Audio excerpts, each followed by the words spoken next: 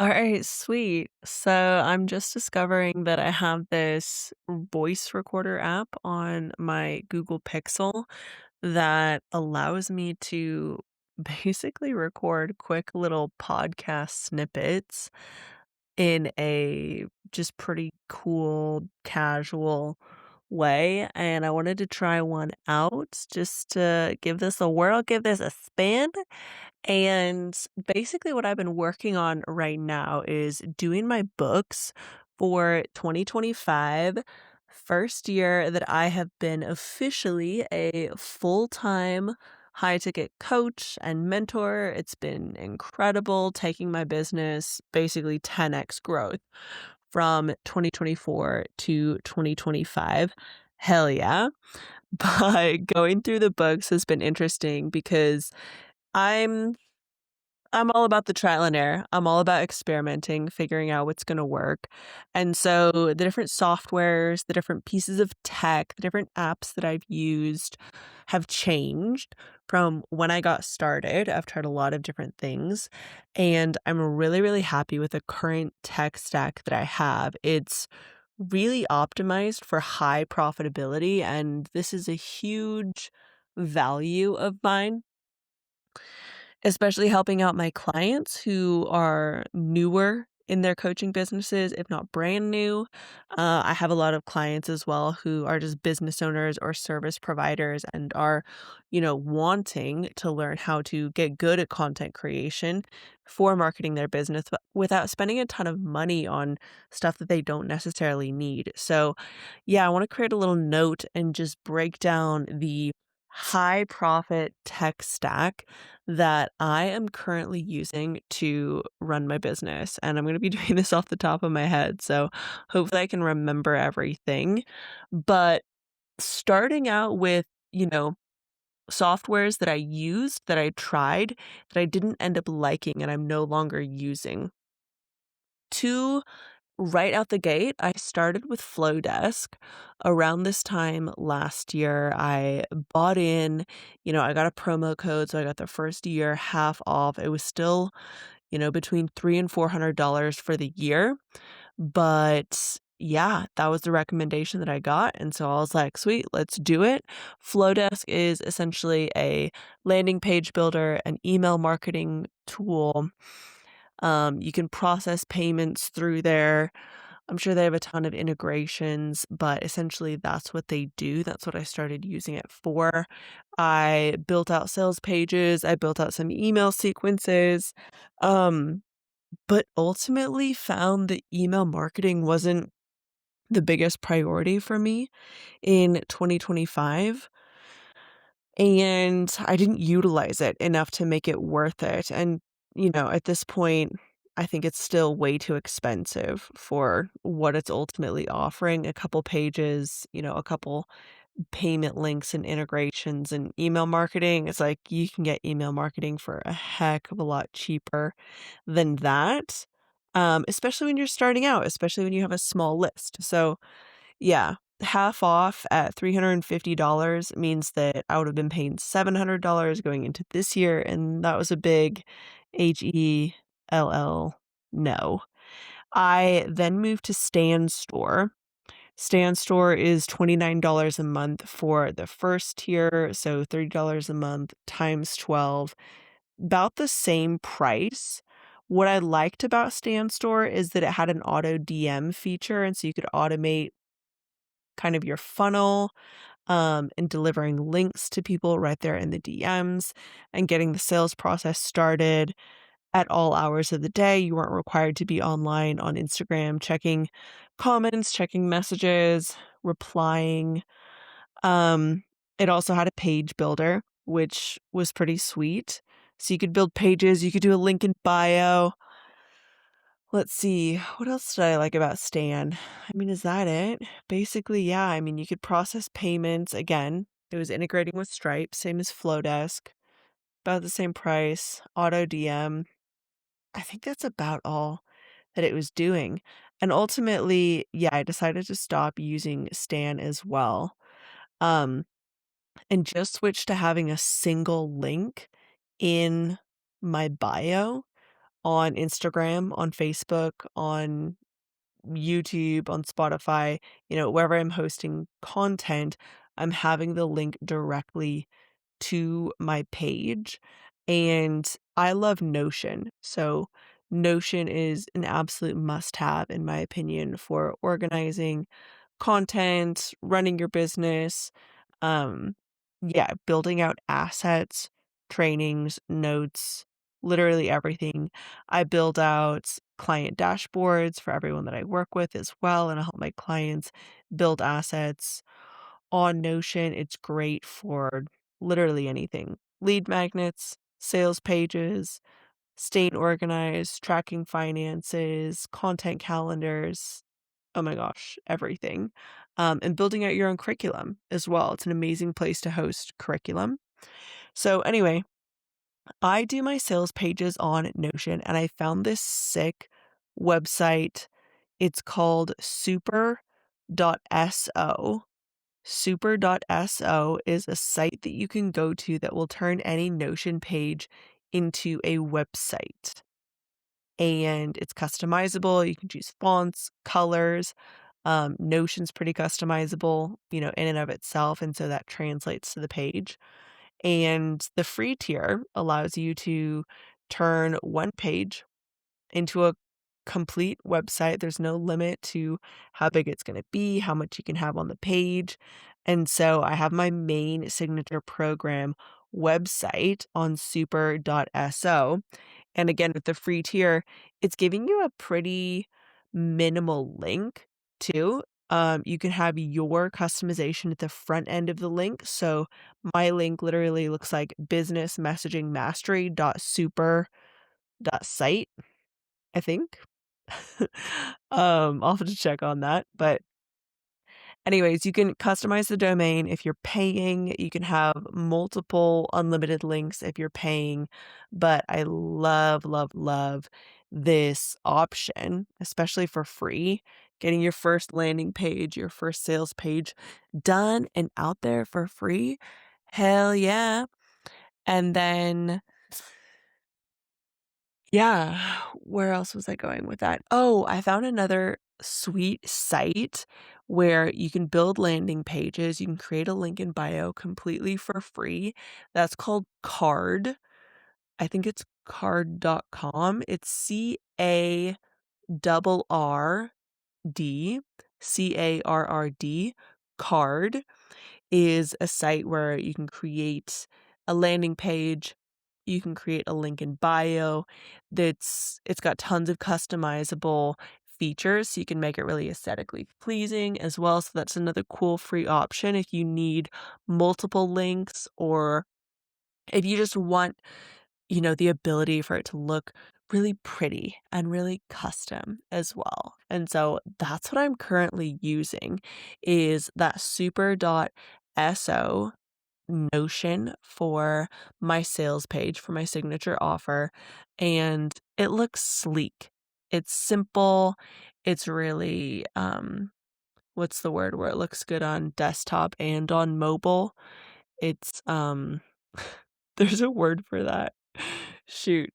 Anyways, it looks good on your phone and on your desktop, and it's free. Hell yeah. I'm a huge fan of just keeping the most money in your pocket possible and not paying a ton of money for services that aren't actually making a huge difference. And yeah, that's an epic workaround that I found. What else? Okay, things that I am actually paying for. I pay for Google Workspace so that I can have the 5 terabytes of storage inside my Google Drive, Google Photos. I can have the professional email. I can have access to Pro AI with Gemini, and I could stop paying for ChatGPT. Um, that was another kind of consolidation move. Oh, and I can use Google Meet for my calls and stop paying for Zoom. Yeah, so Workspace is massive. It's pretty comprehensive, and it ends up being $19 a month. But for all those reasons, email, storage, Drive, Google Meet, Gemini Pro is the kind of the main ones. It's worth it. I like it, especially if I'm avoiding paying $120 for the annual subscription on Zoom. Boom, there we go. Um, Calendar, gosh, everything. What else?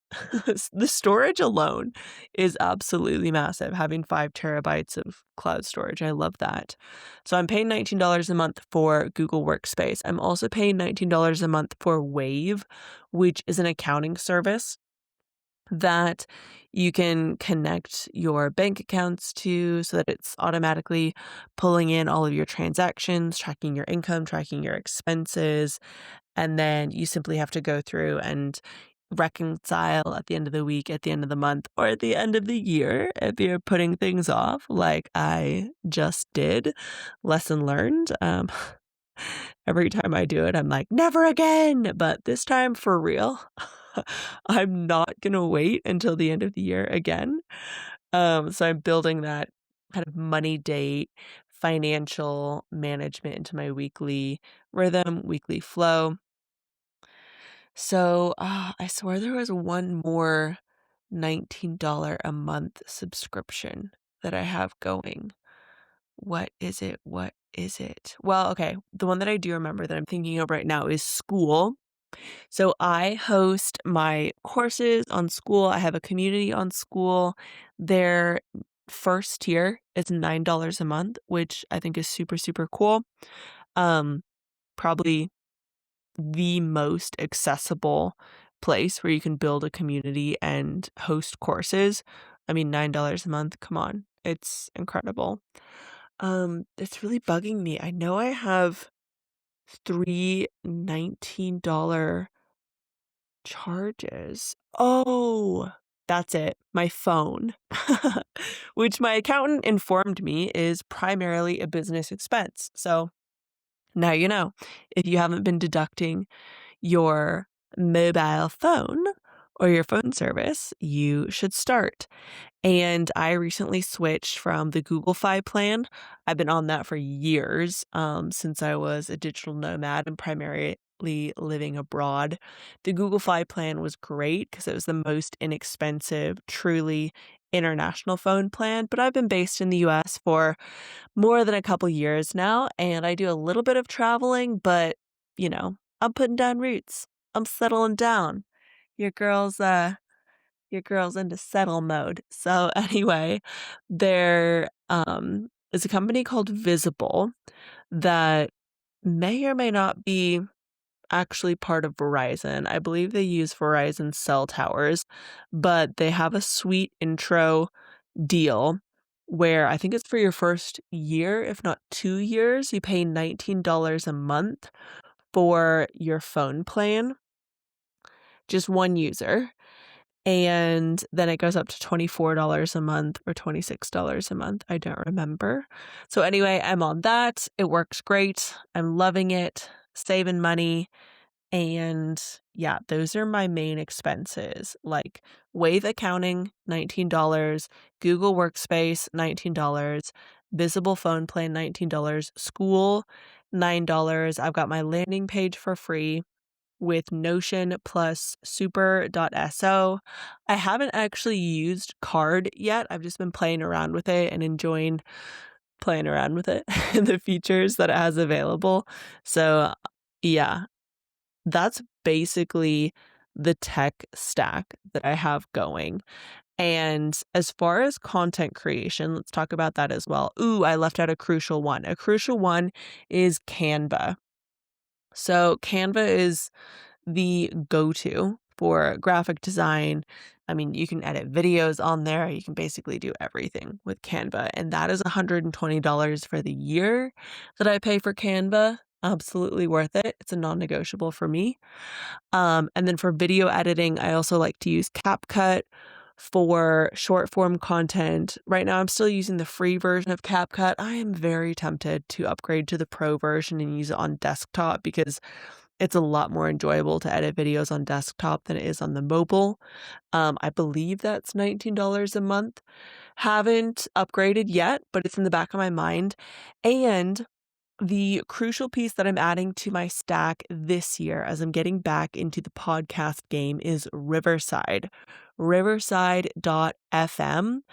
I am a big fan of this piece of software. It is a hefty $29 a month for the Creator Pro version. They've got more tiers, but really that's all you need if you're just getting started with podcasting and hosting. I love that it has this magic audio button, like this AI audio editor that you can just click a button and your voice sounds like you're in a studio. And I mean, I record with a lapel mic anyways, but this magic audio button, man, and I'm an audio snob, so I absolutely love the fact that you can just scrub it down and have zero background noise and amplify your voice. Oh, it's so good.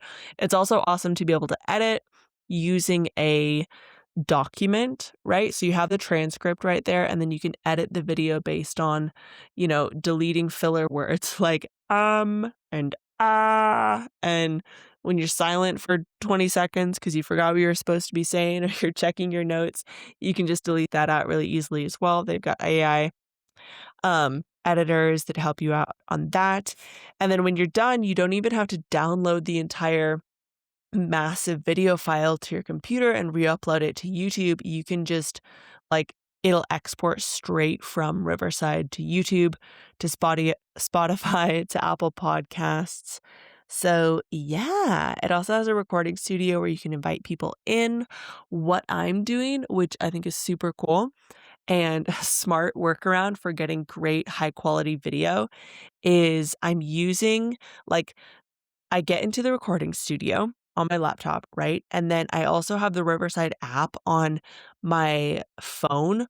Oh, which by the way, okay, that is another one. Gosh, what did I spend on that? It might have been $70 for the year for the Riverside app on my phone.